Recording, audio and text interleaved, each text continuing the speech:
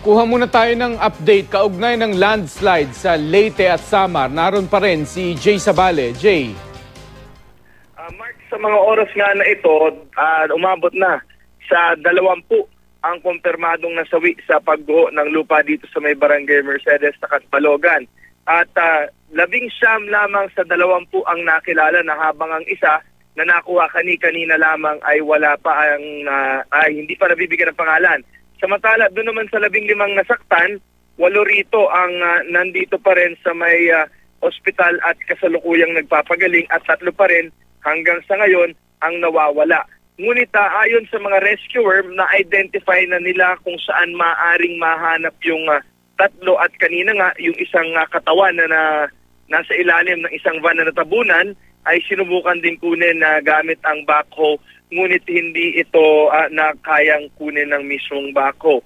So sa ngayon ay ang mga kamag-anak ay nandito sa may funeraria at nag-aabang na nga lamang kung ano ang kanilang gagawin. Ngunit nangako naman ang lokal na pamahalaan ng Catbalogan na tutulungan nga nila ang mga ito at hindi na rin pagbabayarin ng mga bayarin dito nga sa may funeral. Mark?